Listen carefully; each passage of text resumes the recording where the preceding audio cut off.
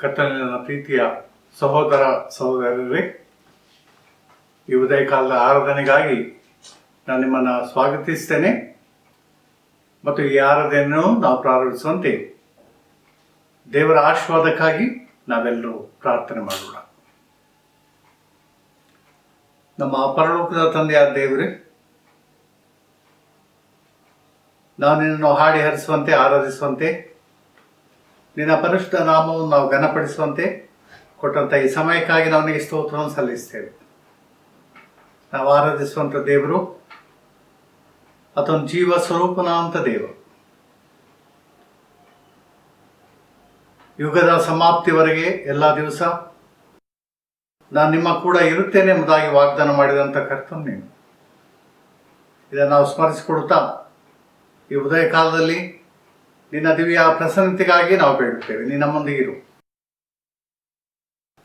ಈ ಆರದಲ್ಲಿ ನಾವು ಮಾಡುವಂಥ ಎಲ್ಲ ಕಾರ್ಯಗಳಲ್ಲಿ, ಹಾಡುಗಳಲ್ಲಿ, ಪ್ರಾರ್ಥನೆಗಳಲ್ಲಿ, ವಾಕ್ಯ ಸಂದೇಶದಲ್ಲಿ, ನಾವು ಸಮರ್ಪಿಸುವ ನಮ್ಮೆಲ್ಲ ಕಾಣಿಕೆಗಳಲ್ಲಿ, ಸ್ತುತಿ ಸ್ತೋತ್ರಗಳಲ್ಲಿ ನೀ ನಮ್ಮ ಜೊತೆಗಾರನಾಗಿದ್ದುಕೊಂಡು ನಡೆಸಿ ಎಂದು ನಾವು ಪ್ರಾರ್ಥಿಸ್ತೇವೆ. ನಾವು ಆತ್ಮೀಯ ರೀತಿಯಲ್ಲಿ ಸತ್ಯಕ್ಕೆ ತಕ್ಕಂಥ ಆರಾಧನೆಯನ್ನು ನಾವು ಮಾಡುವಂತೆ ನೀ ನಮ್ಮನ್ನು ಆಶ್ವಾಸ. ಈ ಆರಾಧನೆ ಮೂಲಕವಾಗಿ ನಿನ್ನೆ ಘನವನ್ನು, ಮಾನವನ್ನು, ಮಹಿಮೆಯನ್ನು ಹೊಂದಿರುವುದಾಗಿ ಯೇಸುವಿನ ದಿವ್ಯನಾಮದಲ್ಲಿ ನಾವು ಬೇಡುತ್ತೇವೆ ತಂದೆ, ಆಮೇನ್. ನಾವು ದೇವರ ಪವಿತ್ರ ನಾಮವನ್ನು ನಾವು ಸಂಕೀರ್ತಿಸುವಂತೆ, ಆತನ್ನು ನಾವು ಘನಪಡಿಸುವಂತೆ ಕೆಲವು ಸಂಗೀತವನ್ನು ನಾವು ಒಟ್ಟಾಗಿ ಹಾಡಿ ಆತನ ನಾಮವನ್ನು ನಾವು ಘನಪಡಿಸೋಣ.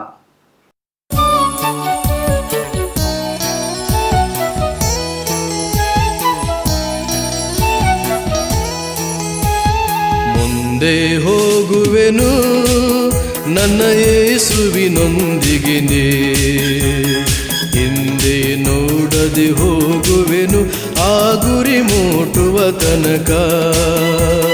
ಹಿಂದೆ ನೋಡದೆ ಹೋಗುವೆನು ಆ ಗುರಿ ಮುಟ್ಟುವ ತನಕ. ಮುಂದೆ ಹೋಗುವೆನು ನನ್ನ ಯೇಸುವಿನೊಂದಿಗಿನೇ, ಹಿಂದೆ ನೋಡದೆ ಹೋಗುವೆನು ಆ ಗುರಿ ಮುಟ್ಟುವ ತನಕ. ಹಿಂದೆ ನೋಡದೆ ಹೋಗುವೆನು ಆ ಗುರಿ ಮುಟ್ಟುವ ತನಕ.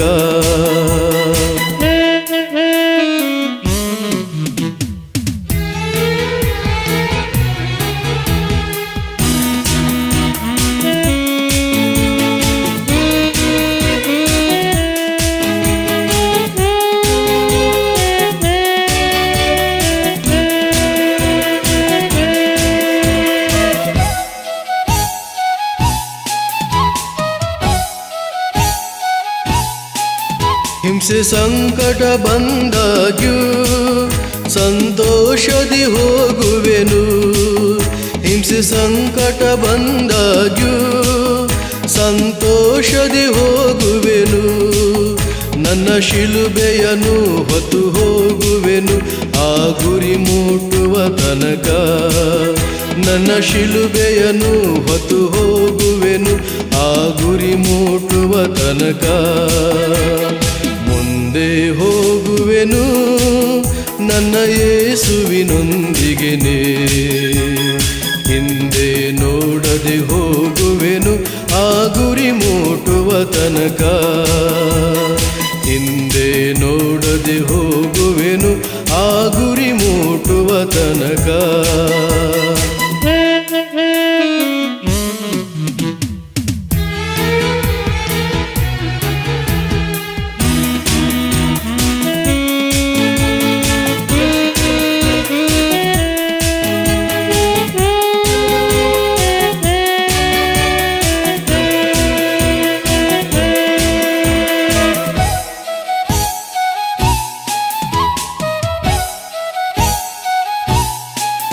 ನನ್ನ ಯೇಸುವಿನ ಕೃಪೆಯೇ ನನಗೆ ಸಾಕು ಈ ಲೋಕದೊಳು. ನನ್ನ ಯೇಸುವಿನ ಕೃಪೆಯೇ ನನಗೆ ಸಾಕು ಈ ಲೋಕದೊಳು. ನಾನು ಸ್ಥಿರನಾಗಿ ಮುಂದೆ ಹೋಗುವೆನು ಆ ಗುರಿ ತನಕ ನಾನು ಸ್ಥಿರನಾಗಿ ಮುಂದೆ ಹೋಗುವೆನು ಆ ಗುರಿ ಮುಟ್ಟುವ ತನಕ. ಮುಂದೆ ಹೋಗುವೆನು ನನ್ನ ಯೇಸುವಿನೊಂದಿಗೆನೇ, ಹಿಂದೆ ನೋಡದೆ ಹೋಗುವೆನು ಆ ಗುರಿ ಮುಟ್ಟುವ ತನಕ. ಹಿಂದೆ ನೋಡದೆ ಹೋಗುವೆನು ಆ ಗುರಿ ಮುಟ್ಟುವ ತನಕ. ಮುಂದೆ ಹೋಗುವೆನು ನನ್ನ ಯೇಸುವಿನೊಂದಿಗೆನೇ, ಹಿಂದೆ ನೋಡದೆ ಹೋಗುವೆನು ಆ ಗುರಿ ಮುಟ್ಟುವ ತನಕ. ಹಿಂದೆ ನೋಡದೆ ಹೋಗುವೆನು ಆ ಗುರಿ ಮುಟ್ಟುವ ತನಕ.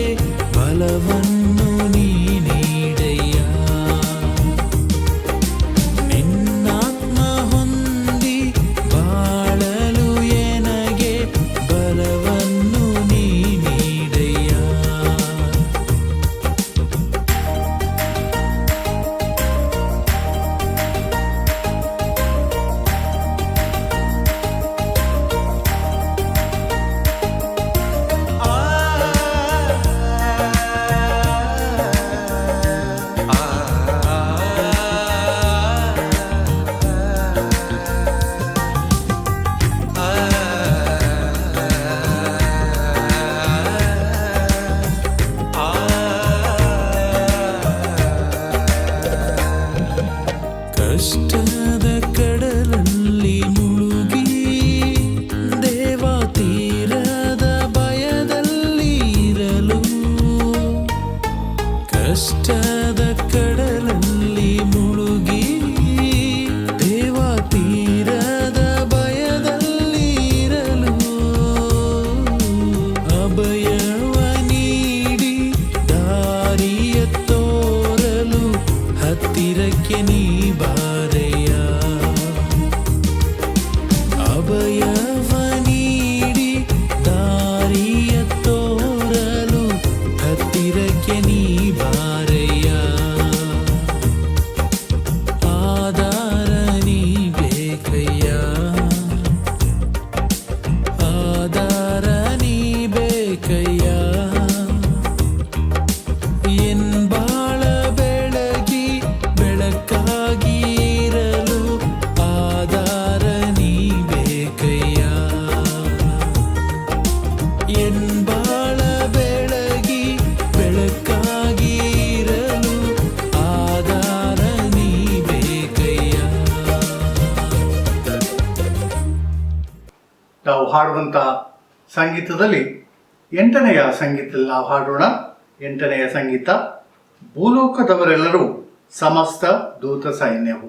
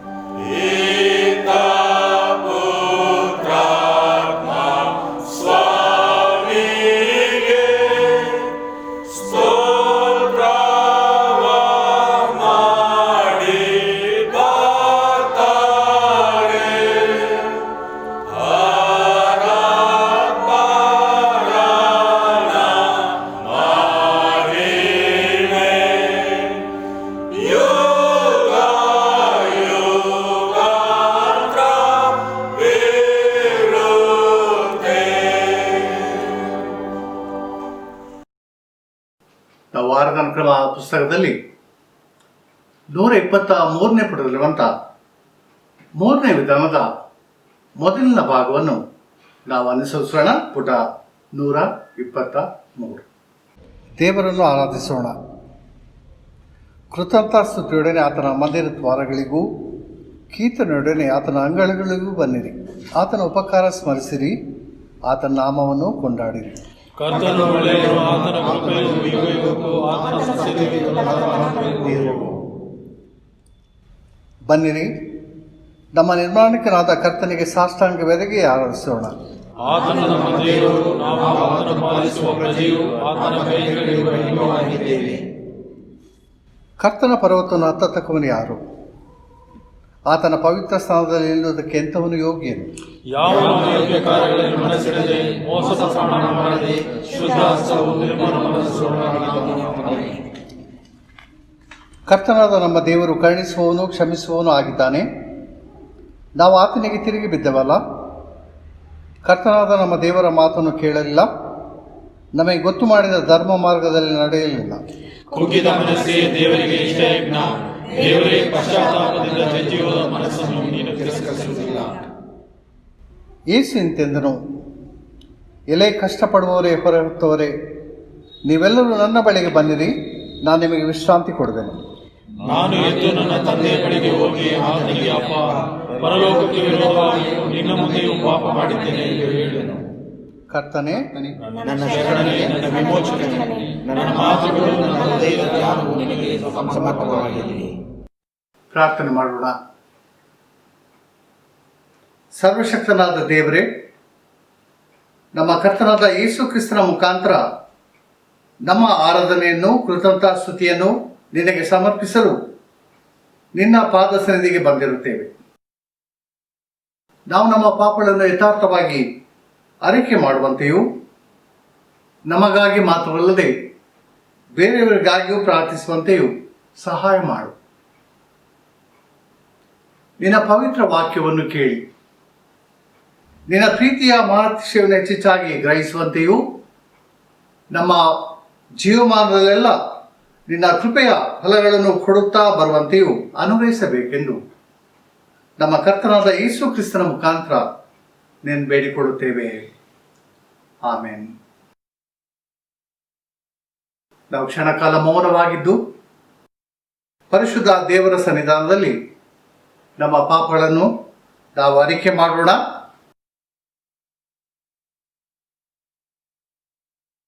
ದೇವರ ವಾಕ್ಯವು ಹೇಳುವುದೆಂದರೆ, ನಮ್ಮಲ್ಲಿ ಪಾಪವಿಲ್ಲವೆಂದು ನಾವು ಹೇಳಿದರೆ ನಮ್ಮನ್ನಾವೇ ಮೋಸಪಡಿಸಿಕೊಳ್ಳುತ್ತೇವೆ ಮತ್ತು ಸತ್ಯವೆಂಬುದು ನಮ್ಮಲ್ಲಿಲ್ಲ. ನಮ್ಮ ಪಾಪಗಳನ್ನು ಒಪ್ಪಿಕೊಂಡು ಅರಿಕೆ ಮಾಡಿದರೆ ಆತ ನಂಬಿಗಸ್ತನೂ ನೀತಿವಂತರೂ ಆಗಿರುವುದರಿಂದ ನಮ್ಮ ಪಾಪಗಳನ್ನು ಕ್ಷಮಿಸಿಬಿಟ್ಟು ಸಕಲ ಅನೀತಿಯನ್ನು ಪರಿಹರಿಸಿ ನಮ್ಮನ್ನು ಶುದ್ಧಿ ಮಾಡುವ. ನಮಗಿರುವ ಮಹಾಯಾಜಕನು ನಮ್ಮ ನಿರ್ಭರಾವಸ್ಥೆಯನ್ನು ಕುರಿತು ಅನುತಾಪವಿಲ್ಲದವನಲ್ಲ. ಆತನು ಸರ್ವ ವಿಷಯಗಳಲ್ಲಿ ನಮ್ಮ ಹಾಗೆ ಶೋಧನೆಗೆ ಗುರಿಯಾದನು, ಪಾಪ ಮಾತ್ರ ಮಾಡಲಿಲ್ಲ. ನಾವು ಕ್ಷಣಕಾಲ ಮೌನವಾಗಿದ್ದು ದೇವರ ಸನ್ನಿಧಾನದಲ್ಲಿ ನಮ್ಮ ವೈಯಕ್ತಿಕ ತಪ್ಪುದೋಷಗಳನ್ನು ನಾವು ಅರಿಕೆ ಮಾಡೋಣ.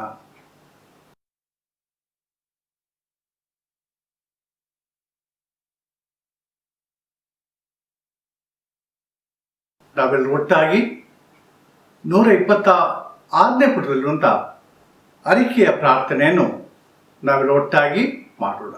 ಪ್ರೀತಿ ಸ್ವರೂಪನಾದ ದೇವರೇ, ನನ್ನನ್ನು ಕರುಣಿಸು. ಕರುಣಾನಿಧಿಯೇ, ನನ್ನ ದೋಷವನ್ನು ಅಳಿಸಿಬಿಡು. ನನ್ನ ಪಾಪವನ್ನು ಸಂಪೂರ್ಣವಾಗಿ ತೊಳೆದುಬಿಡು. ನನ್ನ ದೋಷವನ್ನು ಪರಿಹರಿಸಿ ಶುದ್ಧಿಗೊಳಿಸು. ನಾನು ದ್ರೋಹಿ ಎಂದು ನಾನೇ ಒಪ್ಪಿಕೊಂಡಿದ್ದೇನೆ. ನನ್ನ ಪಾಪವು ಯಾವಾಗಲೂ ನನ್ನ ಮುಂದೆ ಇದೆ. ನಿನಗೆ ಕೇವಲವಾಗಿ ತಪ್ಪು ಮಾಡಿದ್ದೇನೆ. ನಿನ್ನ ದೃಷ್ಟಿಗೆ ಕೆಟ್ಟದಾಗಿ ಮಾಡಿದ್ದೇನೆ. ದೇವರೇ, ನನ್ನ ಶುದ್ಧ ಹೃದಯವನ್ನು ನಿರ್ಮಿಸು. ನನಗೆ ಚಿತ್ತವನ್ನು ಅನುಗ್ರಹಿಸಿ ನನ್ನನ್ನು ನೂತನಪಡಿಸು. ನಿನ್ನ ರಕ್ಷಣಾವನ್ನು ನಾನು ತಿರುಗಿ ಅನುಭವಿಸುವಂತೆ ಮಾಡು. ನನ್ನ ಸಿದ್ಧ ಮನಸ್ಸನ್ನು ರೂಪಿಸಿ ನನಗೆ ಆಧಾರ.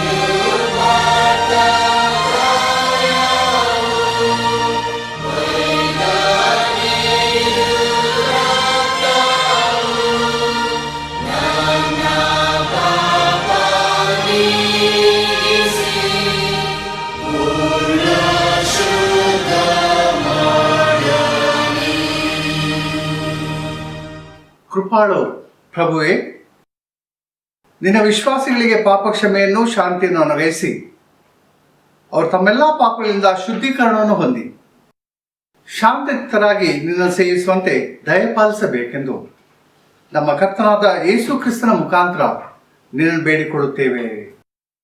ಆಮೇನ್. ನಾವೆಲ್ಲರೂ ಒಟ್ಟಾಗಿ ಓದುವ ಕೀರ್ತನೆಯಲ್ಲಿ 119ನೆಯ ಕೀರ್ತನೆ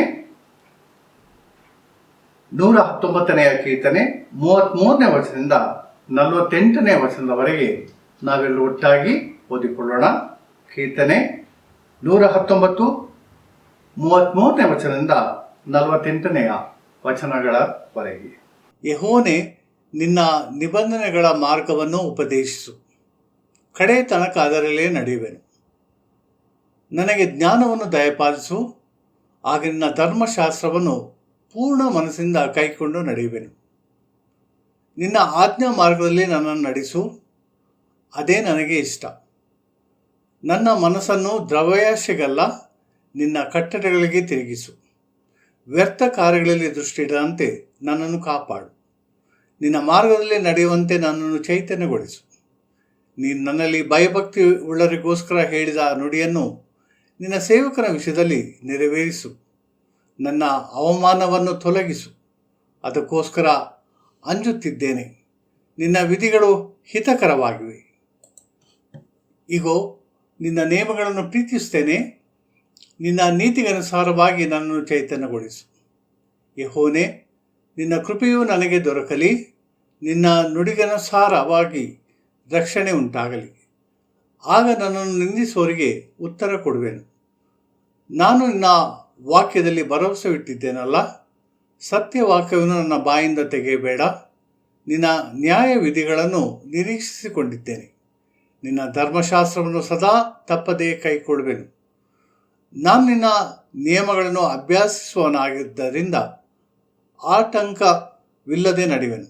ಅರಸುಗಳ ಮುಂದೆಯೂ ನಿನ್ನ ಕಟ್ಟಳೆಗಳ ವಿಷಯದಲ್ಲಿ ಮಾತನಾಡುವೆನು, ನಾಚಿಕೆ ಪಡುವುದಿಲ್ಲ.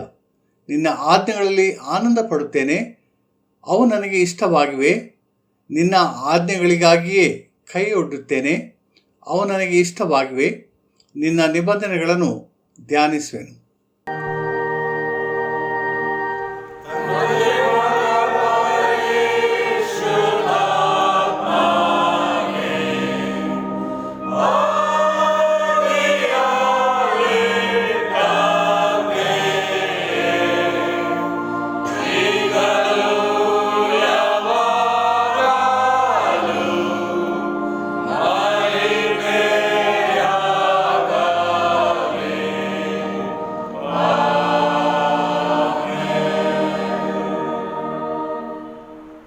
ಸುವಾರ್ತ ವಾಕ್ಯ ಭಾಗವನ್ನು ನಾವು ಓದಿ ಕೇಳೋಣ. ಈ ಪರಿಶುದ್ಧ ದಿನದಂದು ಸತ್ಯವೇದ ಪಾರಾಯಣಕ್ಕಾಗಿ ನೇಮಕವಾಗಿರುವ ವೇದ ಭಾಗವು ಶ್ರೀ ಯೋಹಾನನು ಬರೆದ ಸುವಾರ್ತೆ 3ನೇ ಅಧ್ಯಾಯ 22ರಿಂದ 30 ವಚನಗಳು. ಶ್ರೀ ಯೋಹಾನನು ಬರೆದ ಸುವಾರ್ತೆ 3ನೇ ಅಧ್ಯಾಯ 22ರಿಂದ 30 ವಚನಗಳು. ದೇವರ ವಾಕ್ಯವನ್ನು ಕೇಳೋಣ. ಸ್ನಾನಿಕನಾದ ಯೋಹಾನನು ಯೇಸುವಿನ ವಿಷಯವಾಗಿ ತಿರುಗಿ ಸಾಕ್ಷಿ ಹೇಳಿದ್ದು. ಆಮೇಲೆ ಯೇಸು ತನ್ನ ಶಿಷ್ಯರೊಡನೆ ಯೂದಾಯ ದೇಶಕ್ಕೆ ಬಂದು ಅಲ್ಲಿ ಅವರ ಕೂಡ ಇದ್ದು ದೀಕ್ಷಾಸ್ನಾನ ಮಾಡಿಸುತ್ತಿದ್ದನು. ಯೋಹಾನನು ಸಲಿಮೂರಿನ ಹತ್ತಿರವಿರುವ ಐನೋನ್ ಎಂಬ ಸ್ಥಳದಲ್ಲಿದ್ದು ದೀಕ್ಷಾಸ್ನಾನ ಮಾಡಿಸುತ್ತಿದ್ದನು. ಅಲ್ಲಿ ಬಹಳ ನೀರಿತ್ತು. ಜನರು ಬಂದು ಸ್ನಾನ ಮಾಡಿಸಿಕೊಳ್ಳುತ್ತಾ ಇದ್ದರು. ಆ ಕಾಲದಲ್ಲಿ ಯೋಹಾನನು ಇನ್ನೂ ಸೆರೆಯಲ್ಲಿ ಹಾಕಲ್ಪಟ್ಟಿರಲಿಲ್ಲ. ಹೀಗಿರಲಾಗಿ ಯೋಹಾನನ ಶಿಷ್ಯರಲ್ಲಿ ಕೆಲವರಿಗೂ ಒಬ್ಬ ಯಹೂದ್ಯನಿಗೂ ಶುದ್ಧಾಚಾರವನ್ನು ಕುರಿತು ವಿಚಾರ ನಡೆಯಿತು. ಆಗ ಅವರು ಯೋಹಾನನ ಬಳಿಗೆ ಬಂದು ಅವನಿಗೆ, ಗುರುವೇ, ಯೋರ್ದಾನ್ ಹೊಳೆಯ ಆಚೆ ನಿನ್ನ ಬಳಿಯಲ್ಲಿದ್ದ ಒಬ್ಬನ ವಿಷಯದಲ್ಲಿ ನೀನು ಸಾಕ್ಷಿ ಕೊಟ್ಟಿಯಲ್ಲ. ಅವನೂ ಸ್ನಾನ ಮಾಡಿಸುತ್ತಾನೆ, ಅವನ ಬಳಿಗೆ ಎಲ್ಲರೂ ಹೋಗುತ್ತಾರೆ ಎಂದು ಹೇಳಲು ಯೋಹಾನನು, ಪರಲೋಕದಿಂದ ಅನುಗ್ರಹಿಸೋಣವಾದದ್ದನ್ನೇ ಹೊರತು ಮನುಷ್ಯನು ಹೆಚ್ಚೇನೂ ಹೊಂದಲಾರನು.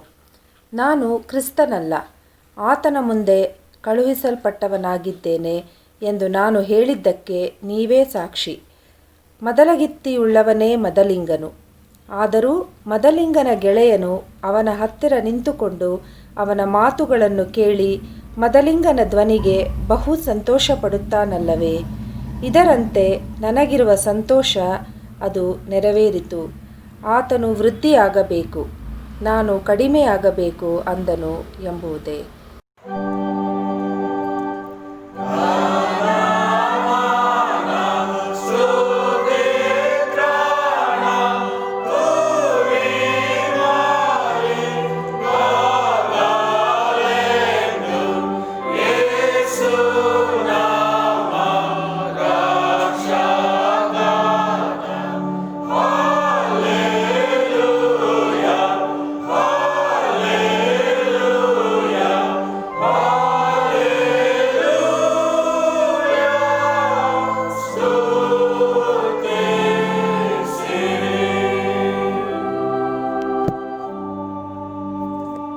ನಾವು ವಾಕ್ಯ ಸಂದೇಶವನ್ನು ಕೇಳುವ ಮೊದಲು ಯೇಸುವೆ ಮಾತನಾಡು ನನ್ನ ಆತ್ಮದೊಂದಿಗೆ ಎಂಬ ಸಂಗೀತದಲ್ಲಿ ನಾವು ಹಾಡೋಣ.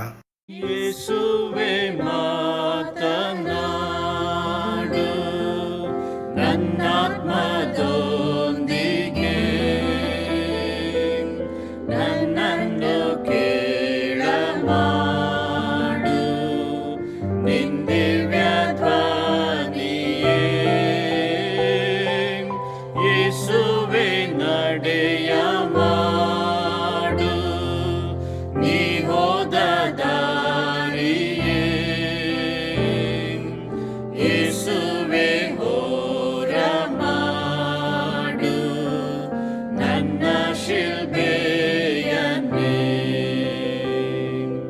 ಯೇಸುವೆ ಮಾತನಾಡು ನನ್ನಾತ್ಮದೊಂದಿಗೆ, ನನ್ನನ್ನು ಕೇಳಮಾಡು ನಿಂದಿವ್ಯ ಧ್ವನಿಯೇ. ನಿನ್ನ ಕೃಪೆಯೇ ಸಾಕು ಈ ಬಡದಾಸಗೆ. ಹಲ್ಲೆಲೂಯಾ ಹಾಡುವೆನು ಜೀವಾಂತ್ಯವರೆಗೆ.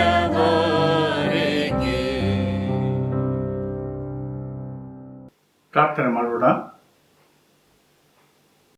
ಕರ್ತನೇ, ನಮ್ಮ ಶರಣನೇ, ನಮ್ಮ ವಿಮೋಚಕನೇ, ನನ್ನ ಮಾತುಗಳು ನಮ್ಮ ಹೃದಯದ ಧ್ಯಾನವು ನಿನಗೆ ಸಮರ್ಪಕವಾಗಿರಲಿ.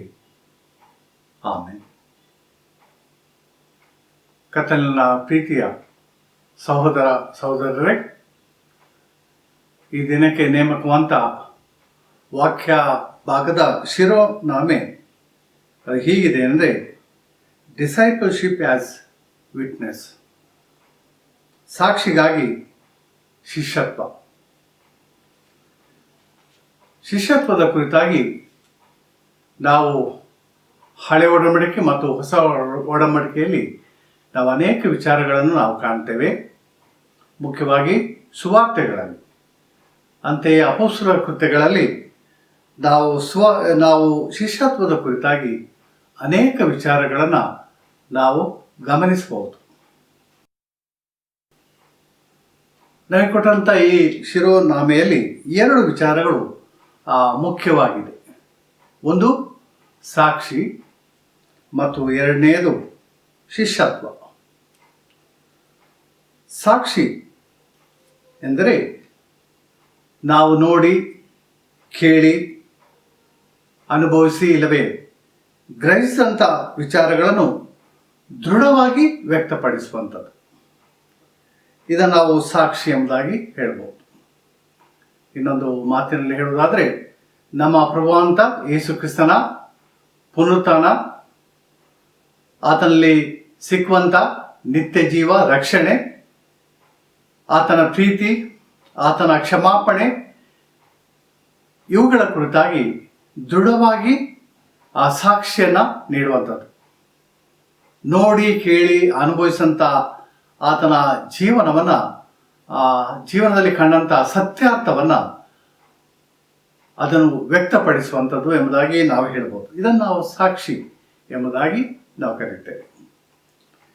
ಎರಡನೇದಾಗಿ ಶಿಷ್ಯತ್ವದ ಕುರಿತಾಗಿ ನಾವು ಓದುವಾಗ ಶಿಷ್ಯನು ಗುರುವಿನ ಜೀವನ, ಬೋಧನೆ ಮತ್ತು ಆತನ ಕಾರ್ಯಗಳನ್ನು ತನ್ನ ಜೀವನದಲ್ಲಿ ಅನುಕರಿಸುವವನು, ಇಲ್ಲವೇ ಗುರುವನ್ನು ಹಿಂಬಾಲಿಸುವವನನ್ನು ನಾವು ಶಿಷ್ಯರು ಎಂಬುದಾಗಿ ನಾವು ಕರೀತೇವೆ.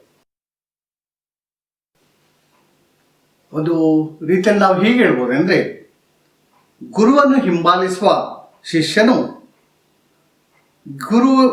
ಗುರುವಿನ ಜೀವಾಂತ ಪ್ರತಿನಿಧಿ ಎಂದು ಹೇಳಿದರೆ ಅದು ತಪ್ಪಾಗಲಾರದು. ಆತನ ಜೀವಂತನಾದಂಥ ಒಬ್ಬ ಪ್ರತಿನಿಧಿ ಎಂಬುದಾಗಿ ಕೂಡ ನಾವು ಹೇಳ್ಬೋದು.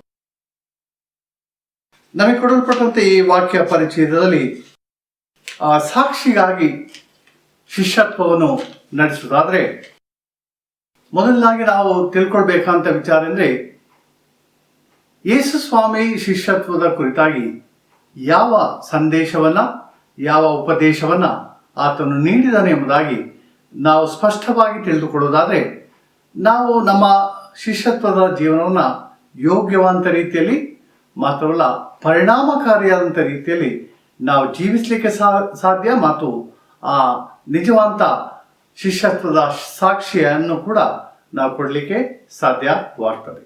ಸ್ವಾಮಿಯ ಜೀವಿತ ಕಾಲದಲ್ಲಿ ಆತನು ಶಿಷ್ಯತ್ವದ ಕುರಿತಾಗಿ ಹೇಳಿದಂಥ ಕೆಲವಾರು ವಿಚಾರಗಳನ್ನು ನಾವು ಗಮನಿಸಿದಾದರೆ 6 ವಿಚಾರಗಳು ಮುಖ್ಯವಾಗಿ ನಾವು ಗಮನಿಸಬಹುದು. ಅವುಗಳ ಕುರಿತಾಗಿ ನಾವು ಚುಟುಕಾಗಿ ಧ್ಯಾನಿಸಿದಾದರೆ ನಾವು ಹೀಗೆ ಅದನ್ನು ನೋಡ್ಬೋದು. ಮೊದಲನೇದಾಗಿ ಸ್ವಾಮಿ ತನ್ನ ಶಿಷ್ಯನಾಗುವವನು ಆತನು ತನ್ನನ್ನು ಹಿಂಬಾಲಿಸಬೇಕು ಎಂಬುದಾಗಿ ಆತನು ಹೇಳ್ತಾರೆ.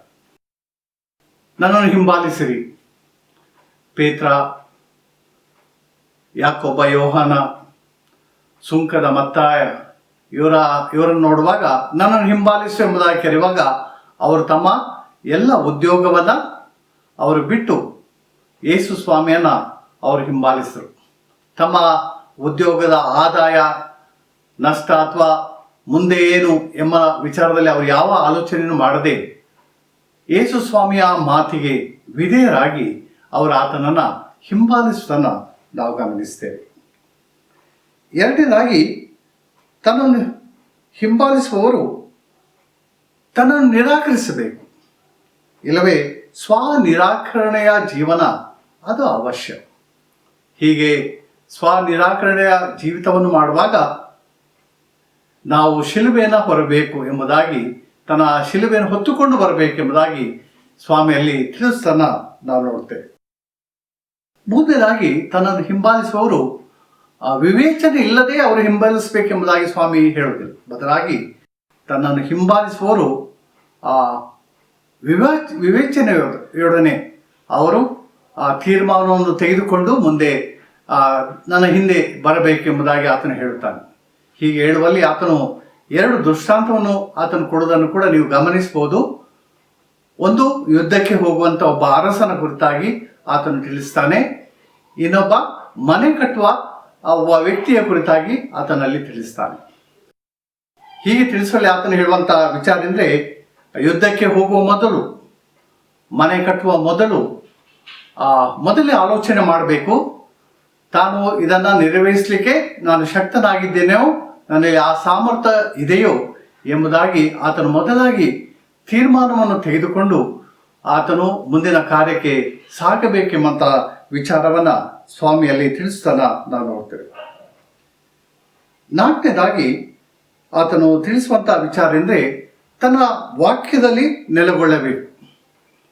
ತನ್ನ ವಾಕ್ಯದಲ್ಲಿ ನೆಲೆಗೊಳ್ಳುವುದಂದರೆ ಆತನು ನೀಡಿದಂಥ ಹೊಸ ಆಜ್ಞೆಗೆ ಅನುಸಾರವಾಗಿ ತನ್ನ ಜೀವಿತವನ್ನು ರೂಪಿಸಿಕೊಳ್ಳುವಂಥ ಸಿದ್ಧ ಮನಸ್ಸನ್ನು ತನ್ನನ್ನು ಹಿಂಬಾಲಿಸುವನು ಅಥವಾ ಶಿಷ್ಯನು ಅದನ್ನು ಅನುಸರಿಸಬೇಕೆಂಬುದಾಗಿ ಅಥವಾ ಪಾಲಿಸಬೇಕೆಂಬುದಾಗಿ ಅಲ್ಲಿ ಆತನು ತಿಳಿಸ್ತಾನ ನಾವು ನೋಡ್ತೇವೆ. 5ನೇದಾಗಿ, ಶಿಷ್ಯತ್ವದ ಉದ್ದೇಶ ಅಂದರೆ ಆ ಶಿಷ್ಯನು ಫಲ ಕೊಡುವಂಥ ಜೀವಿತವನ್ನು ಆತನು ಮಾಡಬೇಕು. ಯೋಹನ ಸುವಾರ್ತೆ 15ನೇ ಅಧ್ಯಾಯ 16ನೇ ವಚನವನ್ನು ನಾವು ಓದುವಾಗ ಅಲ್ಲಿ ಹೀಗಿದೆ ಅಂದರೆ, ನೀವು ನನ್ನನ್ನು ಆರಿಸಿ ತೆಗೆದುಕೊಂಡಿಲ್ಲ, ನಾನು ನಿಮ್ಮನ್ನು ಆರಿಸಿ ತೆಗೆದುಕೊಂಡೆನು. ನೀವು ಹೊರಟು ಹೋಗಿ ಫಲ ಕೊಡುವವರಾಗಬೇಕೆಂದಲೂ ನೀವು ಕೊಡುವ ಫಲವು ನಿಲ್ಲುವಂಥದ್ದಾಗಿರಬೇಕೆಂತಲೂ ನಿಮ್ಮನ್ನು ನೇಮಿಸಿದ್ದೇನೆ ಅಂದನು. ಅದೇ ರೀತಿಯಲ್ಲಿ ಯೋಹನ ಸುವಾರ್ತೆ 15ನೇ ಅಧ್ಯಾಯದ 8ನೇ ವಚನದಲ್ಲಿ ಆತನು ಬಹಳ ಸ್ಪಷ್ಟವಾಗಿ ಹೇಳುವಂಥ ಒಂದು ಮಾತೆಂದರೆ, ನೀವು ಬಹಳ ಫಲ ಕೊಡುವುದರಿಂದಲೇ ನನ್ನ ತಂದೆಗೆ ಮಹಿಮೆ ಉಂಟಾಗುವುದು ಮತ್ತು ನನ್ನ ಶಿಷ್ಯರಾಗುವಿರಿ. ಆದ್ದರಿಂದ ಶಿಷ್ಯತ್ವದ ಬಾಳ್ವೆಯಲ್ಲಿ ತೋರಬೇಕಂತ ಒಂದು ಮುಖ್ಯವಂತ ವಿಚಾರವನ್ನು ಆತನು ಹೇಳ್ತಂದ್ರೆ ಫಲ ಕೊಡುವಂಥ ಜೀವನ. ಇನ್ನು 6ನೇದಾಗಿ ನಾವು ನೋಡ್ತೇವೆ ಅಂದರೆ, ಶಿಷ್ಯತ್ವದ ಜೀವನವು ಯೇಸು ಕ್ರಿಸ್ತನು ತಾನೇ ವಾಗ್ದಾನ ಮಾಡಿದ ಪವಿತ್ರಾತ್ಮನ ಬಲ, ಶಕ್ತಿ, ಮಾರ್ಗದರ್ಶನ ಹೊಂದಿದವರಾಗಿ ಸಾಕ್ಷಿಯ ಜೀವನ ಅಥವಾ ಶಿಷ್ಯತ್ವದ ಜೀವನವನ್ನು ಮಾಡಬೇಕು.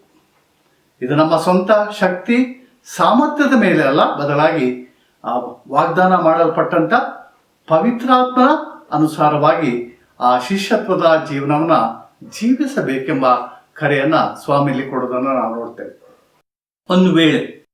ಒಂದು ವೇಳೆ ನಾವು ಮೇಲೆ ತಿಳಿಸಿದಂಥ 6 ಸಂಗತಿಗಳನ್ನು ಗಮನಿಸದೆ ಸ್ವಾಮಿಯನ್ನು ಹಿಂಬಾಲಿಸುವುದಾದರೆ ಹಿಂಬಾಲಿಸುವ ಆತನು ಖಂಡಿತವಾಗಿ ಆತನು ಹಿಂತಿರುಗಿ ಹೋಗುವಂಥ ಸ್ಥಿತಿ ಅದು ಯಾವಾಗಲೂ ಕೂಡ ಇದೆ.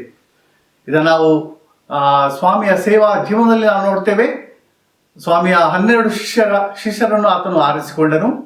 ಅದರಲ್ಲಿ ಇಸ್ಕರಿಯೋತ ಯೂದ, ಆತನು ಕೂಡ ಸ್ವಾಮಿಯ ಶಿಷ್ಯನಾಗಿ ಆತನು ಮುಂದುವರಿಯುವಾಗ ಆತನ ಪ್ರಥಮವಾದಂಥ ಒಂದು ಆದ್ಯತೆ ಸ್ವಾಮಿಯ ಕಡೆಗೆ ಇರಲಿಲ್ಲ, ಬದಲಾಗಿ ನಾವು ನೋಡ್ತೇವೆ ಅಂದರೆ ಹಣದ ಕಡೆಗೆ ಹಣದ ವ್ಯಾಮೋಹ ಉಳ್ಳವನಾಗಿ ಆತನು ತನ್ನ ಶಿಷ್ಯತ್ವದಿಂದ ಬಿದ್ದು ಹೋದನು ಎಂಬುದಾಗಿ ನಾವು ತಿಳ್ಕೊಳ್ತೇವೆ.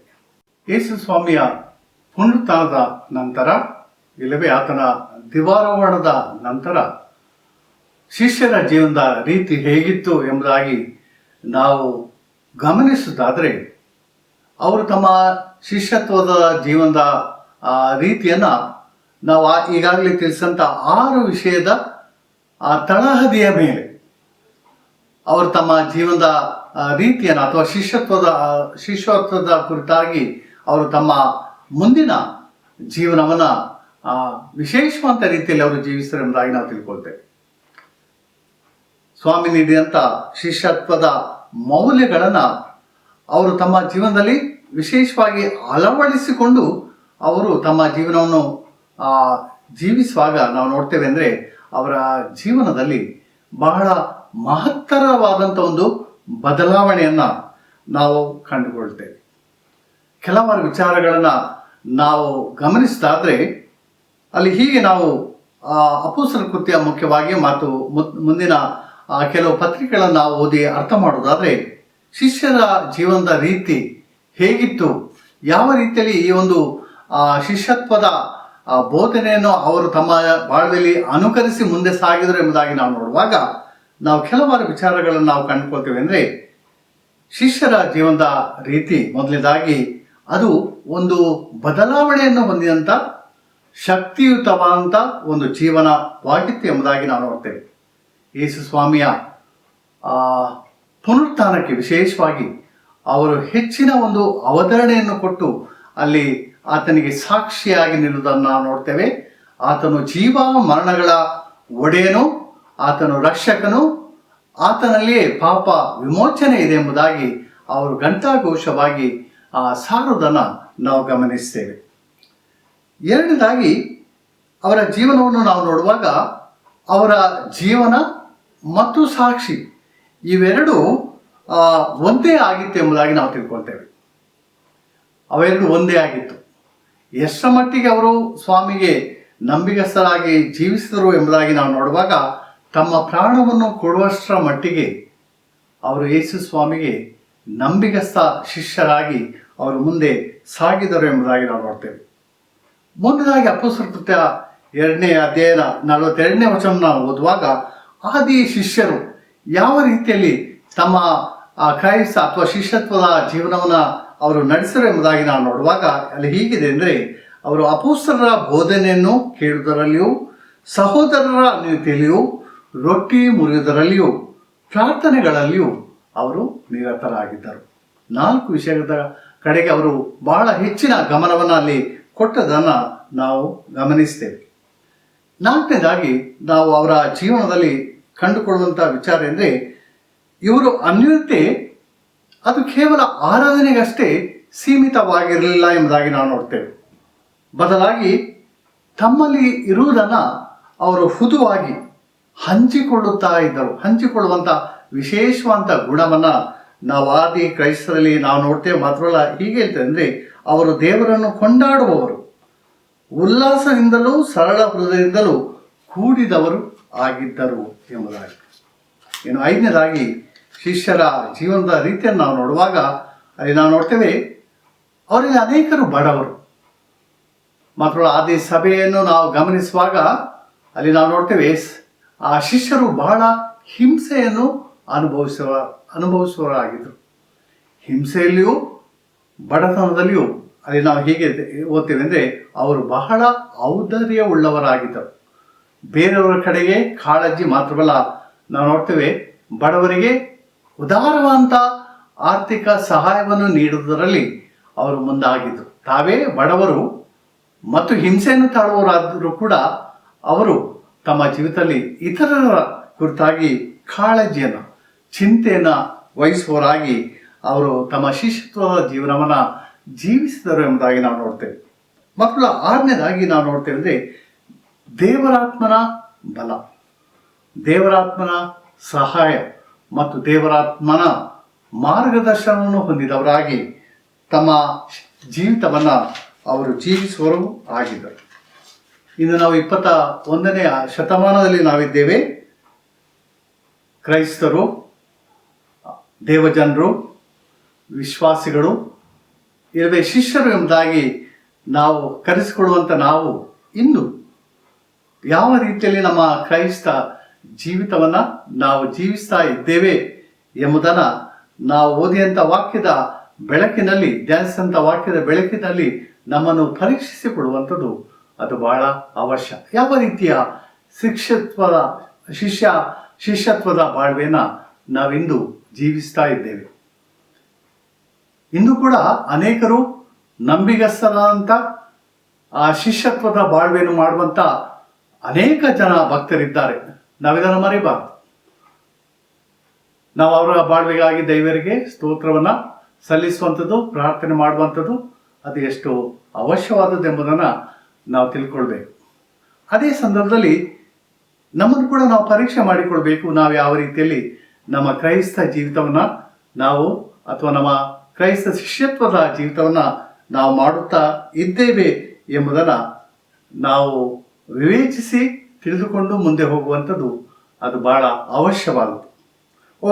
ಒಬ್ಬ ಪಂಡಿತನು ಹೀಗೆ ಹೇಳ್ತಾನೆ ಅಂದರೆ, ಇಂದು ಯೇಸುವನ್ನು ನಂಬಿ ಆತನನ್ನು ಅನುಸರಿಸುವ ಹಿಂಬಾಲಕರನ್ನು ಕ್ರೈಸ್ತರೆಂದು ಕರೆಯುವುದಕ್ಕಿಂತಲೂ ಕ್ರಿಸ್ತನ ಶಿಷ್ಯರೆಂದು ಕರೆಯುವುದು ಸೂಕ್ತ ಎಂಬುದಾಗಿ ಆತನು ಭಾವಿಸ್ತಾನೆ. ಕ್ರಿಸ್ತನ ಶಿಷ್ಯರೆಂಬುದಾಗಿ ಕರೆಯುವಂಥದ್ದು ಸೂಕ್ತ ಎಂಬುದಾಗಿ ಭಾವಿಸ್ತಾನೆ. ಇಂದು ಕ್ರೈಸ್ತರೆಂದು ಕರೆಯುವುದು ಅದು ಸಾಮಾನ್ಯವಾದಂಥ ಪದ ಆಗಿದೆ. ಕ್ರೈಸ್ತರೆಂಬುದಾಗಿ ಕರೆಯುವಂಥದ್ದು ಸಾಮಾನ್ಯವಾದಂಥ ಪದವಾಗಿದೆ. ಆದರೆ ಕ್ರಿಸ್ತನ ಶಿಷ್ಯರಾಗುವುದು ತುಂಬ ಭಿನ್ನವಾಗಿದೆ. ಏಕೆಂದರೆ ನಾವು ಕ್ರೈಸ್ತರೆಂದು ಹೇಳಿಕೊಳ್ಳುವುದಕ್ಕಿಂತಲೂ ಹೆಚ್ಚಿನದನ್ನು ಇಲ್ಲವೇ ಮಹತ್ತರವಾದದನ್ನು ಶಿಷ್ಯರಾಗಿ ನಾವು ಮಾಡಬೇಕಾಗಿದೆ. ಶಿಷ್ಯರಾಗಿ ನಾವು ಮಹತ್ತರದ ಆ ಜೀವಿತವನ್ನು ನಾವು ಜೀವಿಸಬೇಕಾಗಿದೆ. ಇಂದು ಶಿಷ್ಯತ್ವದ ಜೀವನದ ಮೌಲ್ಯವು ಅದು ಕಡಿಮೆಯಾಗುವುದನ್ನು ನಾವು ಗಮನಿಸಬಹುದು. ಇಂದು ವಿಶಾಲ ಅರ್ಥದಲ್ಲಿ ಕ್ರೈಸ್ತತ್ವದ ಅಥವಾ ಶಿಷ್ಯತ್ವದ ಆ ಮೌಲ್ಯಗಳನ್ನು ನಾವು ಅರ್ಥ ಮಾಡುವ ಬದಲು ನಾವು ನಮ್ಮ ದಿಕ್ಕನ್ನು ನಾವು ಬದಲಿಸಿ ನಮ್ಮ ಕ್ರೈಸ್ತತ್ವವನ್ನು ಅಥವಾ ಶಿಷ್ಯತ್ವವನ್ನು ನಾವು ಬೇರೆ ಕಡೆಗೆ ನಮ್ಮ ಗಮನವನ್ನು ಹರಿಸುವುದನ್ನು ನಾವು ನೋಡ್ತೇವೆ.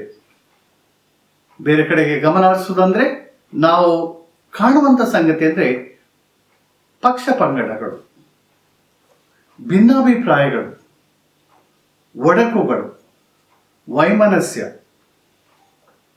ಇಲ್ಲವೇ ಧೀರತೆಯ ಮನಸ್ಸು ಇಲ್ಲದಿರುವಂಥದ್ದು, ತ್ಯಾಗದ ಮನೋಭಾವನೆ ಇಲ್ಲದಿರುವಂಥದ್ದು.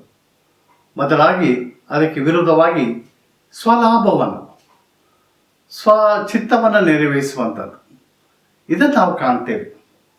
ಮಾತ್ರ ನಮ್ಮ ಗಮನ ಆ ದೀನತೆ ಸೇವೆ ಕಡೆಗೆ ನಾವು ತೆರಳುವ ಬದಲು ಅಧಿಕಾರ, ಸ್ಥಾನಮಾನ, ಗೌರವ ಇಲ್ಲವೇ ಹಣದ ಆಶೆ ಈ ಕಡೆ ನಾವು ವಾಲುವಂಥ ಒಂದು ಗಂಡಾಂತರವನ್ನು ನಾವು ಈ ದಿನಗಳಲ್ಲಿ ನಾವು ಕಾಣ್ತೇವೆ. ಅಂದರೆ ನಮ್ಮನ್ನು ನಾವು ವಾಕ್ಯದ ಬೆಳಕಿನಲ್ಲಿ ಎಚ್ಚರಿಸಿಕೊಳ್ಬೇಕು. ನಾವು ನೋಡಿ ಅಂತೆ ಶಿಷ್ಯತ್ವದ ಮೂಲಭೂತವಾದಂಥ ಒಂದು ಜವಾಬ್ದಾರಿ ಅಂದರೆ ಅಥವಾ ನಿಷ್ಠೆ, ಅದು ಸ್ವಾಮಿಗೆ ತಾನೇ ನಾವು ತೋರಿಸಬೇಕಂತ ಒಂದು ನಿಷ್ಠೆ, ಆತನ ವಾಕ್ಯಾನುಸಾರವಾಗಿ ಜೀವಿಸುವಂಥದ್ದು, ಶಿಷ್ಯತ್ವದ ಮೌಲ್ಯಗಳನ್ನು ನಾವು ಅನುಸರಿಸಿ ಮುಂದೆ ಸಾಗುವಂಥದ್ದು, ಪರಿಶುದ್ಧಾತ್ಮನ ಮಾರ್ಗದರ್ಶನದಲ್ಲಿ ನಾವು ಮುಂದೆ ಸಾಗುವಂಥದ್ದು ಅದು ಬಹಳ ಬಹಳ ಅವಶ್ಯ. ಶಿಷ್ಯತ್ವದ ಕುರಿತಾಗಿ ನಾವು ಆಲೋಚಿಸುವಾಗ ಭಕ್ತನು ಹೀಗೆ ಹೇಳ್ತಂದ್ರೆ, ನಮ್ಮ ಶಿಷ್ಯತ್ವದ ಗುರಿ ಅಂದರೆ ಕ್ರಿಸ್ತನ ಸಾರೂಪ್ಯವನ್ನು ನಾವು ಮುಟ್ಟುವಂಥದ್ದು, ಅದು ನಮ್ಮ ಅಂತಿಮವಾದಂಥ ಗುರಿ. ಈ ದಿಶೆಯಲ್ಲಿ ನಾವು ಮುಂದೆ ಸಾಗ್ತೇವೆ. ಸಾಧು ಸುಂದರ್ ಸಿಂಗ್ ಆತನು ಹೇಳುವಂಥ ಮಾತೆಂದರೆ, ನಾವು ಹಂತ ಹಂತವಾಗಿ ಅಥವಾ ಒಂದೇ ಮೆಟ್ಟಲುಗಳನ್ನು ಹತ್ತುತ್ತಾ ನಾವು ಆ ಸ್ವರೂಪಕ್ಕೆ ನಾವು ಸೇರ್ತೇವೆ. ಇಲ್ಲವೇ ಭಕ್ತಾಂತ ಪೌಲನು ಹೇಳುವಂತೆ ಆ ಪ್ರಭಾವದಿಂದ ಅಧಿಕ ಪ್ರಭಾವಕ್ಕೆ ನಾವು ಸಾಗುವರಾಗಿದ್ದೇವೆ. ಈ ದಿಶೆಯಲ್ಲಿ ಅಸ್ತಾನಿಕನಂತ ಯೋಹಾನನು ಬಹಳ ಉತ್ತಮವಾದಂಥ ಒಂದು ಮಾತನ್ನು ಆತನು ಹೀಗೆ ಹೇಳೋದನ್ನು ನಾವು ನೋಡ್ತೀವಿ. ಯೋಹಾನ ಸುವಾರ್ತೆ 3ನೇ ಅಧ್ಯಾಯ 20ನೇ ವಚನದಲ್ಲಿ ಆತನು ಹೇಳುವಂಥ ಮಾತೆಂದರೆ, ಆತನು ವೃದ್ಧಿಯಾಗಬೇಕು, ನಾನು ಕಡಿಮೆ ಆಗಬೇಕು. ಆತನು ವೃದ್ಧಿಯಾಗಬೇಕು, ನಾನು ಕಡಿಮೆ ಆಗಬೇಕು. ದೇವರು ತಾನೇ ಈ ವಾಕ್ಯವನ್ನು ನಮ್ಮೆಲ್ಲರ ಆತ್ಮಿಕ ಲಾಭಕ್ಕಾಗಿ ಬಲಪಡಿಸಲಿ. ಆಮೇಲೆ ನಾವೆಲ್ಲ ಒಟ್ಟಾಗಿ 128ನೇ ಪುಟದಲ್ಲಿರುವಂಥ ಅಪೊಸ್ತಲರ ವಿಶ್ವಾಸ ಸೂತ್ರವನ್ನು ನಾವು ಒಟ್ಟಾಗಿ ಅರಿಕೆ ಮಾಡೋಣ. 128ನೇ ಪುಟ. ಪರಲೋಕ ಮೂಲಗಳನ್ನು ಸೃಷ್ಟಿಸಿದ ಸರ್ವಶಕ್ತನಾಗಿರುವ ತಂದೆಯಾದ ದೇವರನ್ನು ನಂಬುತ್ತೇನೆ. ಆತನ ಏಕಮಗನಾಗಿರುವ ನಮ್ಮ ಪ್ರಭುವಾದ ಯೇಸು ಕ್ರಿಸ್ತನನ್ನು ನಂಬುತ್ತೇನೆ. ಈತನು ಪರಿಶುದ್ಧಾತ್ಮನಿಂದ ಕನ್ಯಾಮರಿಯಳಲ್ಲಿ ಧರಿಸಲ್ಪಟ್ಟು ಆಕೆಯಲ್ಲಿ ಹುಟ್ಟಿ ಪೊಂತಿಯ ಪಿಲಾತನ ಶ್ರಮೆ ಹೊಂದಿ ಶಿಲುಬೆಗೆ ಎಳೆಯಲ್ಪಟ್ಟು ಸತ್ತು ಹೂಣಲ್ಪಟ್ಟು ಪಾತಾಳಕ್ಕೆ ಇಳಿದು 3ನೇ ದಿವಸ ಸತ್ತುಳಿದು ಪರಲೋಕಕ್ಕೆ ಏರಿ ಹೋಗಿ ಸರ್ವಶಕ್ತನಾಗಿರುವ ತಂದೆಯಾದ ದೇವರ ಪರಮಾತ್ಮನಿಗೆ ಕುಳಿತುಕೊಂಡಿರುತ್ತಾನೆ. ಈತನಿಂದ ಬಂದು ಬದುಕಿರುವವರಿಗೂ ಸತ್ತವರಿಗೂ ನ್ಯಾಯ ತೀರಿಸುವುದನ್ನು ನಂಬುತ್ತೇನೆ. ನಾನು ಪರಿಶುದ್ಧಾತ್ಮನನ್ನು ನಂಬುತ್ತೇನೆ. ಒಂದೇ ಪರಿಶುದ್ಧ ಕ್ರೈಸ್ತ ಸಭೆ, ಭಕ್ತರ ಅನ್ಯತೆಯು, ಪಾಪದ ಪರಿಹಾರವು, ದೇಹದ ಪುನರುತ್ಥಾನವು, ನಿತ್ಯ ಜೀವವನ್ನು ನಂಬುತ್ತೇನೆ. ಆಮೆನ್. ನಾವು ಹಾಡುವ ಕನ್ನಡ ಸಂಕೀರ್ತನೆಯಲ್ಲಿ 19ನೇ ಸಂಕೀರ್ತನೆಯಲ್ಲಿ ಹಾಡೋಣ. 19ನೇ ಸಂಕೀರ್ತನೆ. ಸುಂದರ ರಕ್ಷಕನೇ ನಿನ್ನ ವಂದಿಪ ನಾಮವನೇ.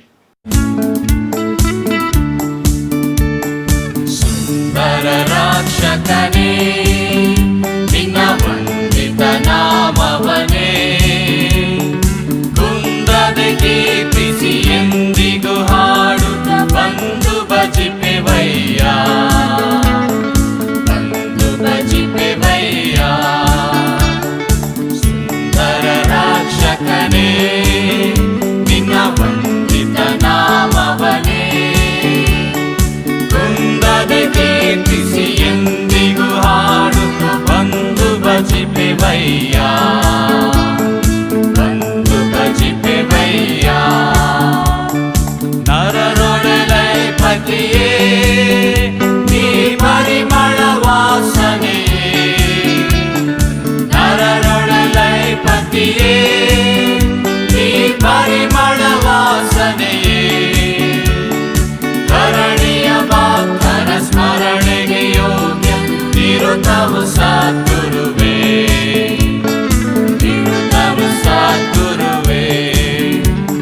ಸುಂದರ ರಕ್ಷಕನೇ ನಿನ್ನ ವಂದಿತ ನಾಮವನೇ, ಕುಂದದೆ ಕೀರ್ತಿಸಿ ಎಂದಿಗೂ ಹಾಡುತ್ತ ಬಂದು ಭಜಿಪೆವಯ್ಯ, ಬಂದು ಭಜಿಪೆವಯ್ಯ. ಪರಮದಯ ಭಾಸ್ಕರನೇ ಪರಮದಯಾಕರನೇ ನೀ ಧರಣಿಯ ಭಾಸ್ಕರನೇ ನರರಿಗೆ ಮಾರ್ಗವು ವರಗಳ ಮೂಲ ಕರುಣೆಯ ಸಾಗರನೇ ಕರುಣೆಯ ಸಾಗರನೇ ಸುಂದರ ರಕ್ಷಕನೇ ನಿನ್ನ ವಂದಿತ ನಾಮವನೇ ಕುಂದದೆ ಕೀರ್ತಿಸಿ ಎಂದಿಗೂ ಹಾಡು ಬಂದು ಭಜಿಪೆವಯ್ಯ ಬಂದು ಭಜಿಪೆವಯ್ಯ ಅರಸನು ನೀನೆ ಮಗೆ ಅತಿ ಪರದಲ್ಲಿ ನಿನ್ನೆಡೆಗೆ ಅರಸನು ನೀನೆ ಮಗೆ ಅತಿ ಪರದಲ್ಲಿ ನಿನ್ನೆಡೆಗೆ ಸ್ಮರಣೆಯ ಮಾಡುತ್ತ ಬರುವೆವು ಕರ್ತನೆ ಅರಸಮ್ಮನಾದರಿಸೈ ಅರಸಮ್ಮನಾದರಿಸೈ ಸುಂದರ ರಕ್ಷಕನೇ ನಿನ್ನ ವಂದಿತ ನಾಮವನೇ ಕುಂದದೆ ಕೀರ್ತಿಸಿ ಎಂದಿಗೂ ಹಾಡುತ್ತ ಬಂದು ಭಜಿಪೆವಯ್ಯ ಬಂದು ಭಜಿಪೆವಯ್ಯ ಸುಂದರ ರಕ್ಷಕನೇ ಸುಂದರ ರಕ್ಷಕನೇ ನಿನ್ನ ವಂದಿತ ನಾಮವನೇ ಕುಂದದೆ ಕೀರ್ತಿಸಿ ಎಂದಿಗೂ ಹಾಡು ಬಂದು ಭಜಿಪೆವಯ್ಯ ಬಂದು ಭಜಿಪೆವಯ್ಯ.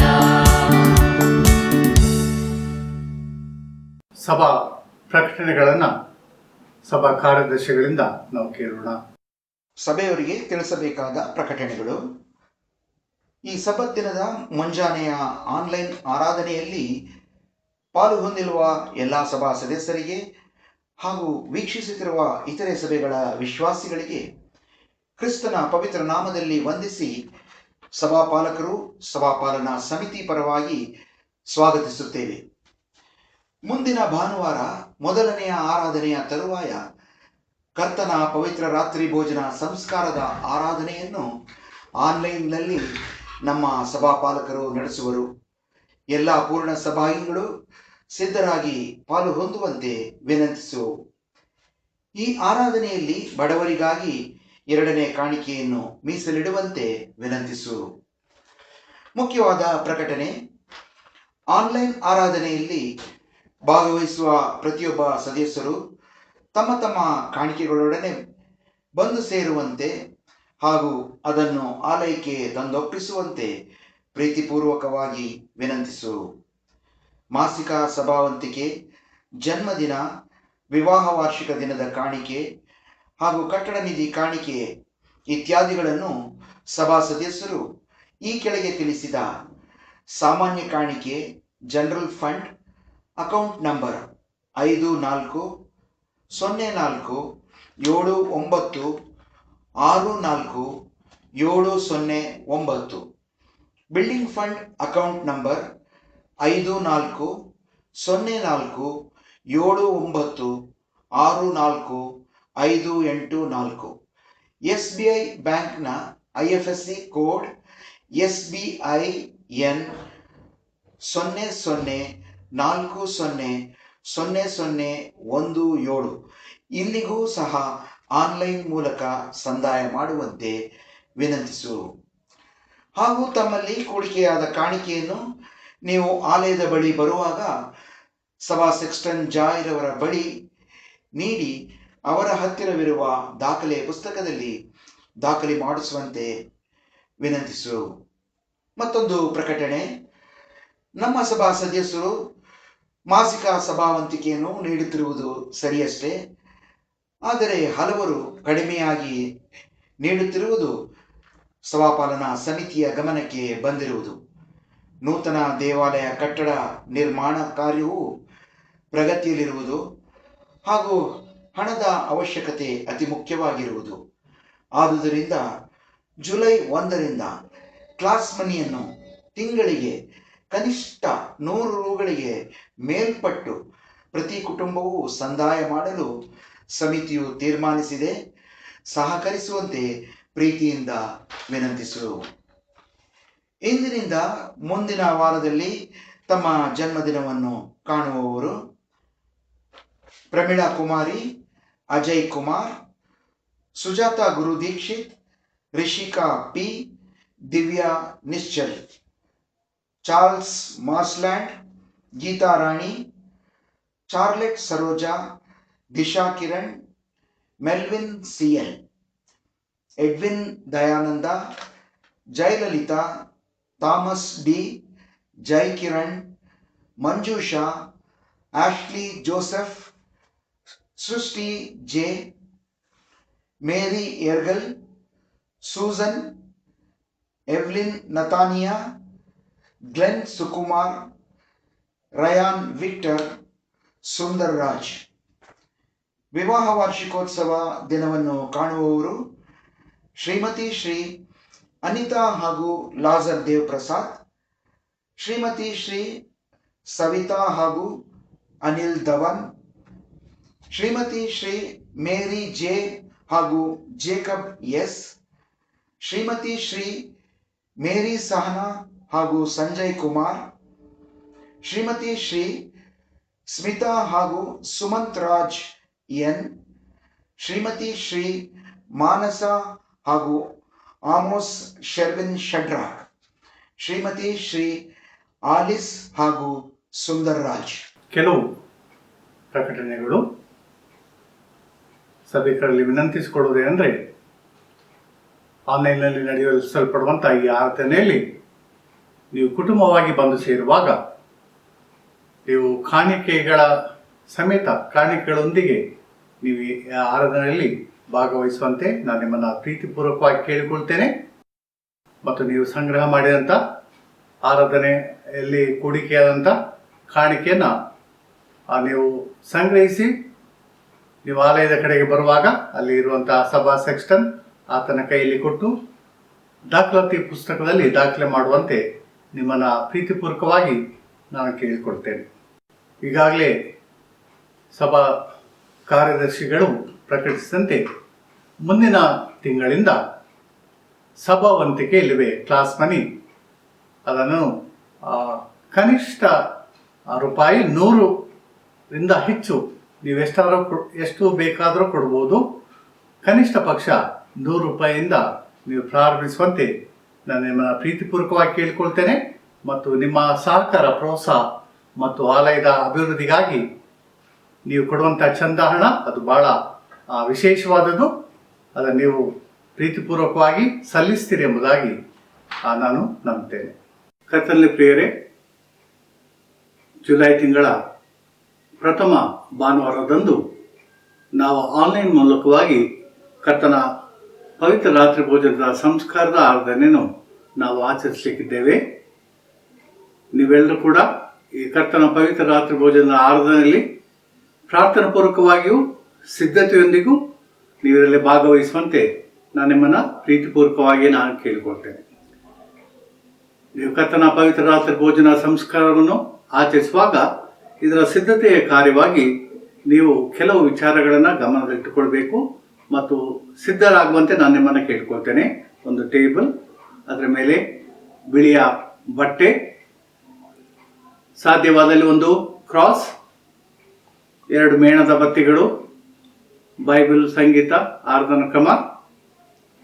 ಅಂತೆಯೇ ನಿಮ್ಮ ಕುಟುಂಬದಲ್ಲಿ ದೃಢೀಕರಣಾರ್ಥಿಗಳ ಸಂಖ್ಯೆಗೆ ಅನುಸಾರವಾಗಿ ರೊಟ್ಟಿ ಮತ್ತು ದ್ರಾಕ್ಷಾರಸವನ್ನು ನೀವು ಸಿದ್ಧಪಡಿಸುವಂತೆ ನಾನು ನಿಮ್ಮನ್ನು ಕೇಳಿಕೊಳ್ತೇನೆ. ಆನ್ಲೈನ್ ಮೂಲಕವಾಗಿ ನಾವು ಆರಾಧನೆ ಮಾಡುವಾಗ ರೊಟ್ಟಿ ಮುರಿದು ಹಂಚುವಾಗ ನಿಮ್ಮ ಕುಟುಂಬದ ಯಜಮಾನರು ಅಥವಾ ಹಿರಿಯರು ಆ ಪವಿತ್ರ ಪ್ರಸಾದವನ್ನು ವಿತರಣೆ ಮಾಡುವಂತೆ ನಾನು ಕೇಳ್ಕೊಳ್ತೇನೆ. ಮತ್ತು ಈ ಆರಾಧನೆಯು ನಿಮ್ಮೆಲ್ಲರಿಗೆ ಆಶೀರ್ವಾದಪ್ರದ ತಂದುಕೊಡಲಿ. ನೀವೆಲ್ಲರೂ ಕೂಡ ಇದರಲ್ಲಿ ಭಾಗವಹಿಸುವಂತೆ ಪ್ರಾರ್ಥನಾ ಪೂರ್ವಕವಾಗಿ ಮಾತ್ರವಲ್ಲ ಸಿದ್ಧತೆಯೊಂದಿಗೆ ನೀವು ಇದರಲ್ಲಿ ಭಾಗವಹಿಸುವಂತೆ ನಾನು ನಿಮ್ಮನ್ನು ಪ್ರೀತಿಪೂರ್ವಕವಾಗಿ ಕೇಳಿಕೊಳ್ತೇನೆ. ನಾವು ಜನ್ಮ ದಿನವನ್ನು ಮತ್ತು ವಿವಾಹ ವಾರ್ಷಿಕ ದಿನವನ್ನು ಆಚರಿಸುವವರಿಗಾಗಿ ನಾವು ದೇವರಲ್ಲಿ ಪ್ರಾರ್ಥನೆ ಮಾಡೋಣ. ನಾವು ಹಾಡುವ ಸಂಗೀತದಲ್ಲಿ ಸ್ತೋತ್ರೋತ್ತಮ ದೇವರಿಗೆ ಅರ್ಪಿಸ ಬನ್ನಿ ಎಂಬ ಸಂಗೀತದ ಮೊದಲನೇ ಚರಣವನ್ನು ನಾವು ಹಾಡೋಣ.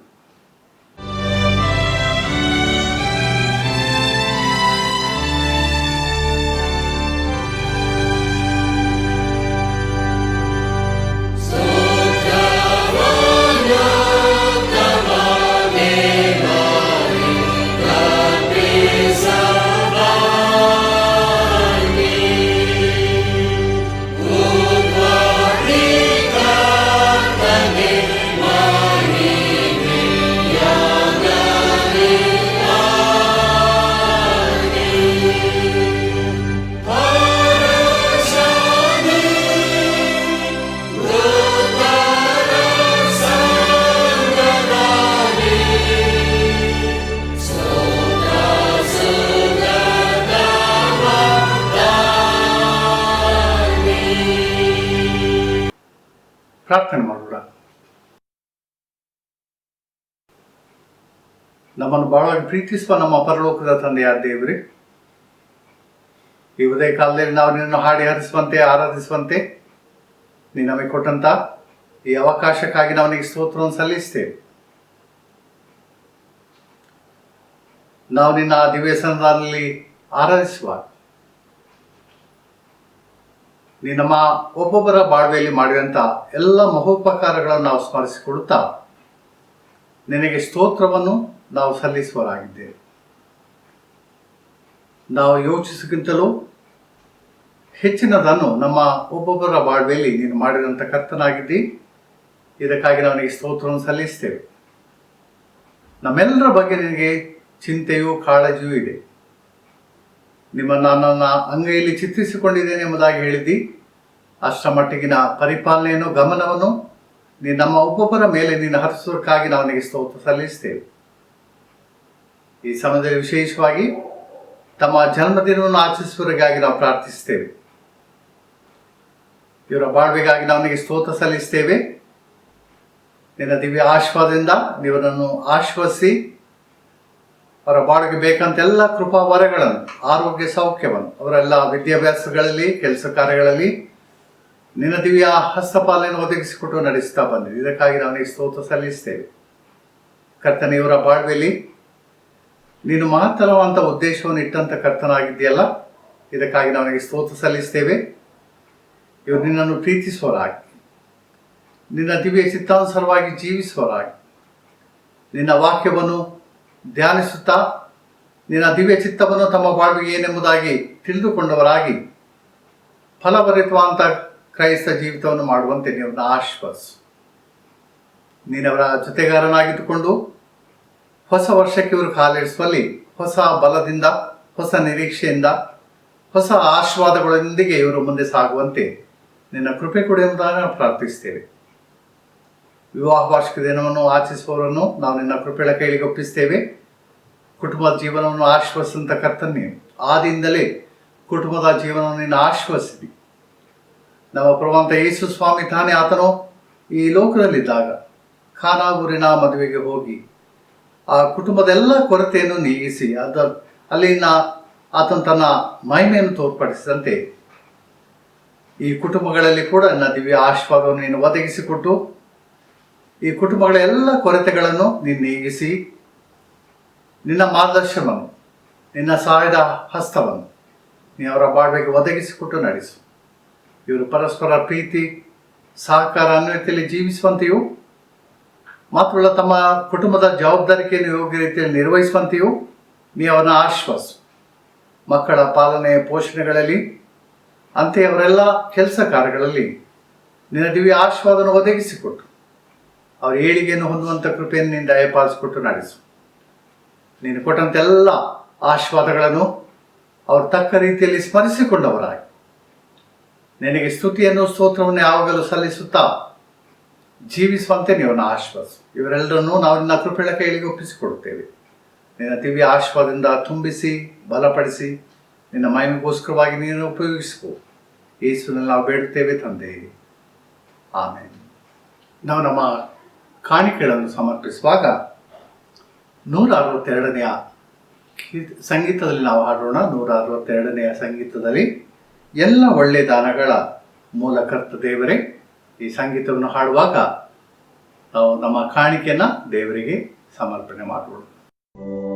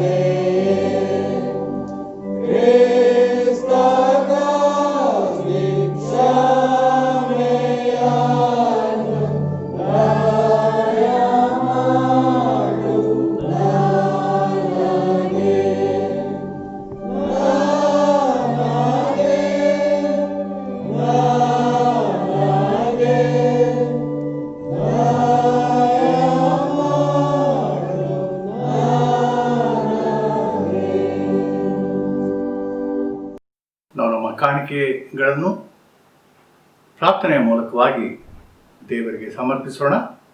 ಪ್ರಾರ್ಥನೆ ಮಾಡೋಣ. ನಮ್ಮ ತಂದೆಯ ದೇವರೇ, ಎಲ್ಲ ಒಳ್ಳೆಯ ವರದಾನಗಳ ಮೂಲ ಕರ್ತನೆ, ನಾವು ಈ ಲೋಕದಲ್ಲಿ ಜೀವಿಸುವಾಗ ಏನೆಲ್ಲ ಪಡ್ಕೊಳ್ಳುತ್ತೇವೆಯೋ ಅವೆಲ್ಲವೂ ಕೂಡ ನನ್ನ ದಿವ್ಯ ಆಶೀರ್ವಾದದಲ್ಲಿ ನಾವು ಪಡ್ಕೊಳ್ಳುತ್ತೇವೆ ಎಂಬಂತ ದೃಢ ವಿಶ್ವಾಸದಿಂದ ನಾವು ನಿನಗೆ ಸ್ತೋತ್ರವನ್ನು ಸಲ್ಲಿಸ್ತೇವೆ. ಈ ಮುಂಜಾನೆ ಆರಾಧನೆಯಲ್ಲಿ ನೀನು ಮಾಡಿದಂಥ ಎಲ್ಲ ಮಹೋಪಕಾರಗಳನ್ನು ಸ್ಮರಿಸಿಕೊಂಡವರಾಗಿ ನಮ್ಮ ಕೃತಜ್ಞತೆ ಕಾಣಿಕೆಯನ್ನು ನಿನ್ನ ದಿವ್ಯ ಸನ್ನಿಧಾನದಲ್ಲಿ ನಾವು ತಂದಿದ್ದೇವೆ. ನೀನು ನಮಗೆ ಕೊಟ್ಟಿದ್ದನ್ನೇ ನಾವು ನಿನಗೆ ಸಮರ್ಪಿಸುವವರಾಗಿದ್ದೇವೆ.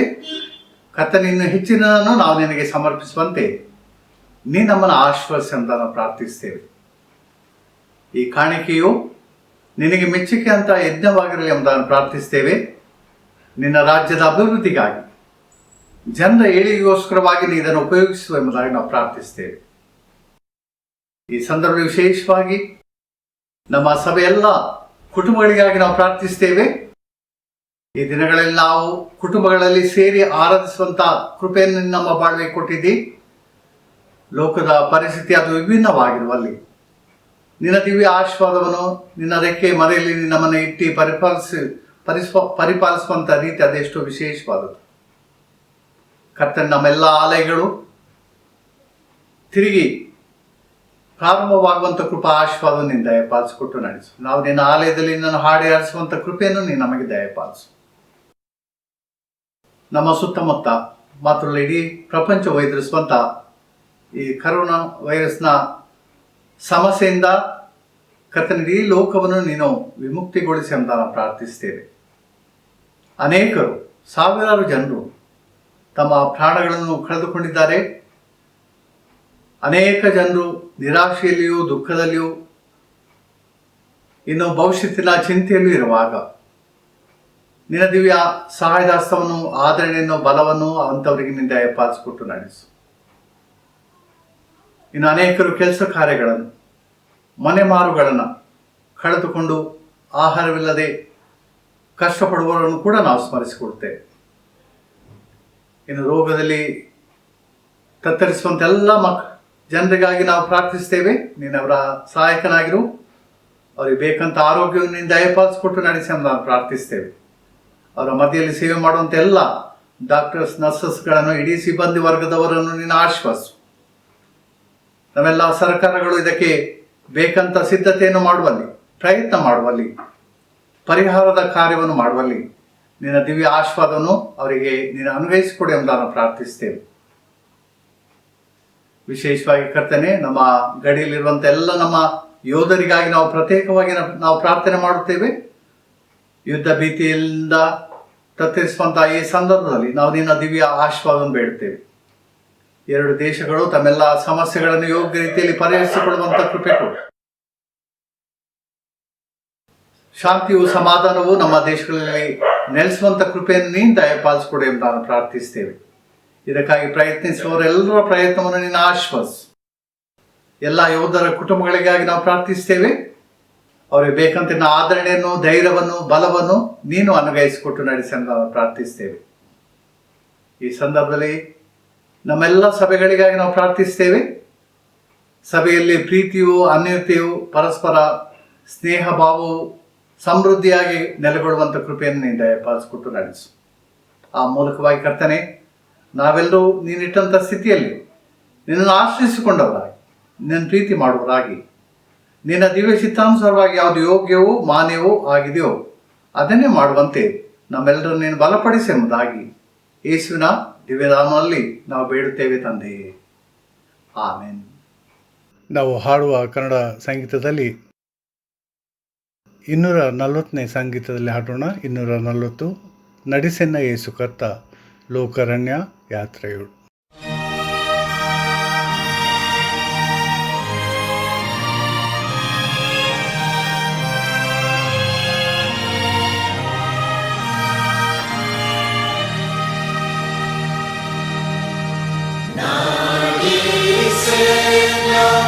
Yesu kata,